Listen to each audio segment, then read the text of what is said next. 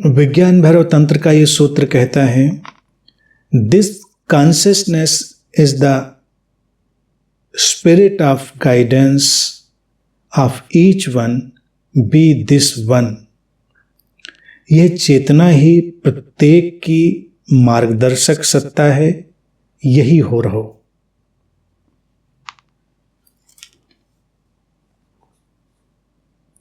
यह चेतना ही प्रत्येक की मार्गदर्शक सत्ता है, यही हो रहो।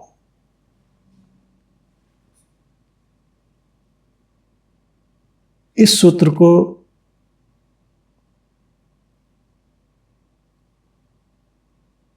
अगर समझना है तो तुम जब मुझसे जुड़ोगे, देखोगे मुझको, मेरे पास होगे या अपने हृदय खोलकर मुझे सुन रहे होगे, तुम्हें इसकी व्याख्या नहीं चाहिए होगी, क्योंकि मेरा जीवन पूरा इसी का मैनिफेस्टेशन है। कई बार लोग मुझसे पूछते रहे, गाहे बगाहे पूछ लेते, किसी की मुझसे हिम्मत नहीं पड़ती तो मेरे आसपास के लोगों से पूछ लेते, उनके गुरु कौन है, आपके गुरु कौन है। मुझे कोई जरूरत नहीं लगी कभी। अस्तित्व ने ऐसा ही ढाला था इस शरीर मन को, वो चेतना ही मार्गदर्शक रही, वो चेतना ही सबकी मार्गदर्शक है, वही हो रहो। तो मेरा पूरा जीवन भी बस उस चेतना के साथ ही बहता है। वो जिधर ले जाए, जैसे ले जाए, जो कहाए ना कहाए, कराए ना कराए, सब वही, वो विराट अस्तित्व की जो व्यवस्था है वही सब कुछ करती है। लेकिन ये मार्गदर्शक तो हर व्यक्ति के लिए उपलब्ध है। जो शरीर में गुरु होता है, उस गुरु का भी इतना ही रोल होता है, इतनी ही भूमिका होती है कि वो प्रत्येक व्यक्ति के भीतर अवस्थित इस मार्गदर्शक चेतना से उसे जोड़ दे। बस फिर तुम वही हो रहते हो। तुमको कोई अलग से कमांडमेंट नहीं चाहिए, तुमको अलग से कोई मैप नहीं चाहिए। तुम्हारे भीतर जो चेतना है, ये अद्वैत की पराकाष्ठा पर आ गई प्रक्रिया है जो विज्ञान भैरव तंत्र इस समय ला रहा है। वो कह रहा है कि सब जाना तुमने, चेतना का व्यापकता जानी, इसमें उसमें हर जगह चेतना को जाना। तो अब जब वो चेतना इतनी परिपूर्ण है तो तुम्हें मार्गदर्शन भी देगी, तुम्हें गाइड भी करेगी। अब गाइडेंस लेने के लिए तुमको कोई उपनिषद बांचने की जरूरत पड़ जाए, बैठ के अच्छा इसमें चेतना के बारे में क्या कहा गया, तुमको कोई और किताब बांचनी पड़ जाए, उसमें चेतना के बारे में क्या कहा, तब तो भी मुश्किल हो गई। तुमको मार्गदर्शन लेने के लिए किताबें चाहिए।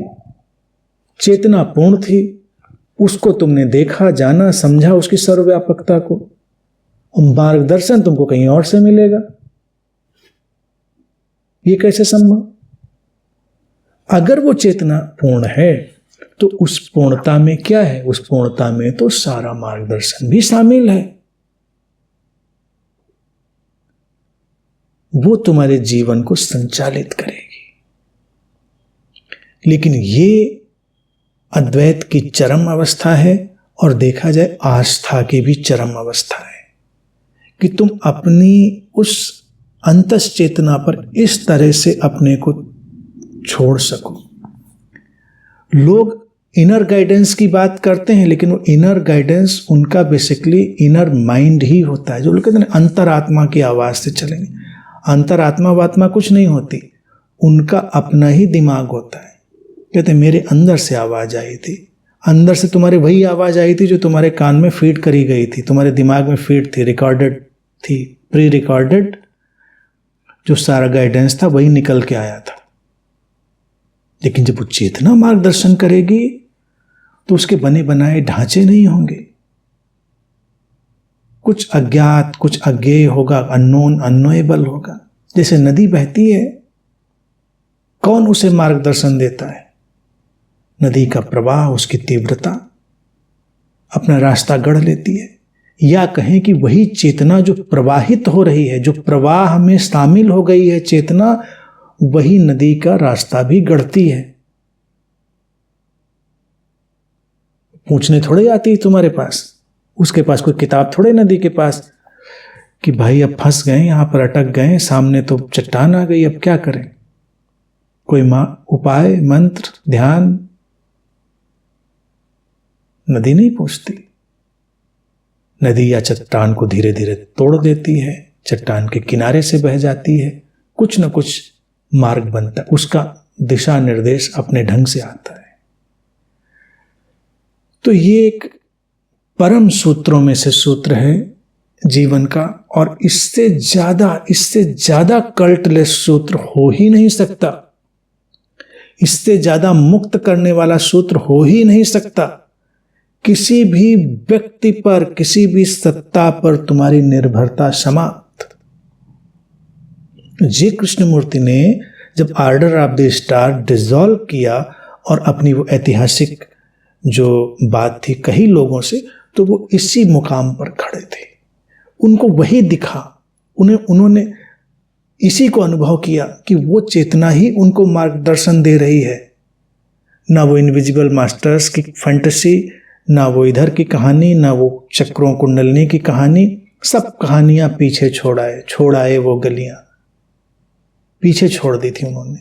वो खड़े थे इसी मुकाम पर, तब उन्होंने कहा कि सत्य पथहीन भूमि है, वहां पर कोई भी व्यक्ति, कोई विचार, कोई सत्ता, कोई व्यवस्था तुम्हें नहीं ले जा सकती। तो लोग पूछते हैं फिर क्या ले जा सकता है? कुछ नहीं ले जा सकता। अब उन्होंने अलग अलग ढंग से, कृष्णमूर्ति जी ने इसी बात को, इसी सूत्र को एक्सप्लेन किया। अब उनका अपना ढंग था, अपने ढंग से, कि वो चेतना ही मार्गदर्शक चेतना है, वही तुमको मार्गदर्शन देगी, कुछ और चाहिए नहीं तुमको। यही हो रहो, बी दिस वन। ये जो वाक्य है ना, बी दिस वन, यही हो रहो, ये है क्रांति। तुमको और कुछ होना नहीं है, वो मार्गदर्शक चेतना फिर वो तुमको ले जाएगी। कई लोगों को एक कंफ्यूजन, एक गलत फहमी पकड़ी रही, जैसे जी कृष्णमूर्ति के संदर्भ में भी कई जगह मैंने इसको पढ़ा, सुना। लोग कहेंगे विधियां नहीं दी उन्होंने, और लोग इसलिए नहीं पहुंच पाए क्योंकि वो विधियां नहीं दी उन्होंने, विधियां दे नहीं पाए, शायद उनको ख्याल नहीं था, शायद इतने इंटेलिजेंट नहीं थे कि विधियां देते, कुछ ध्यान बनाते, कुछ नई सर्कस ईजाद करते। कई लोगों को लगता है ऐसा।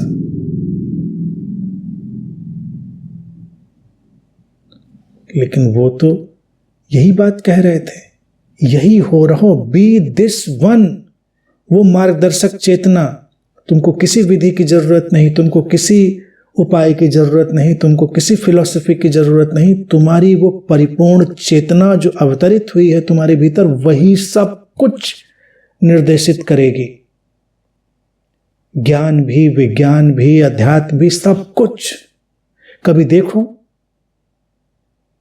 तुम्हारे भीतर अगर कोई गीत उतरता है, तो बंदी वाले गीत लिखो, वो तो एक अलग बात है, जोड़ तोड़, हालांकि तो बंदी वाले भी वहीं से आते हैं, उसी सोर्स से। लेकिन जब कभी कोई बड़ा अलौकिक सा गीत भी तुम्हारे अंदर उभर आए, कहां से आता है? उतर आता है।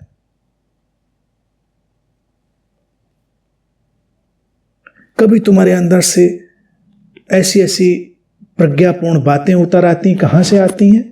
वहीं से, उसी मार्गदर्शक चेतना से। वही हो रहो, सारी निर्भरता समाप्त। इतने सूत्र, इतनी विधियां, इतने सब कॉन्सेप्ट पर बोलने के बाद अंतिम पायदान पर खड़े होकर विज्ञान भैरव तंत्र जो घोषणा कर रहा है, ये अनूठी घोषणा है कि वो अब तुम्हें सारी विधियों से मुक्त कर रहा है।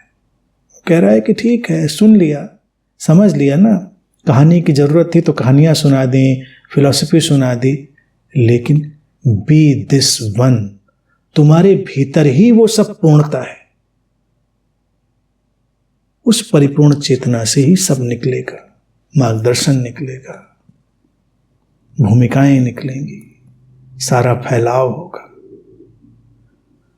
तो इस पड़ाव पर ये अत्यंत क्रांतिकारी और अत्यंत प्रीतिकर, अत्यंत रूपांतरणकारी बात है। इसको स्मरण रखें। अगर तुम वही परिपूर्ण चेतना हो जो कि हो, इसके पहले वाले सूत्र ने तुम्हारे पास गुंजाइश ही नहीं छोड़ी। उसने कहा कि तुम हो, सब कुछ वही है। फिर उसने कह दिया कि बी दिस वन, वही हो रहो, और वहीं से फिर सारा मार्गदर्शन निकलेगा, वहीं से सारी खिलावट निकलेगी।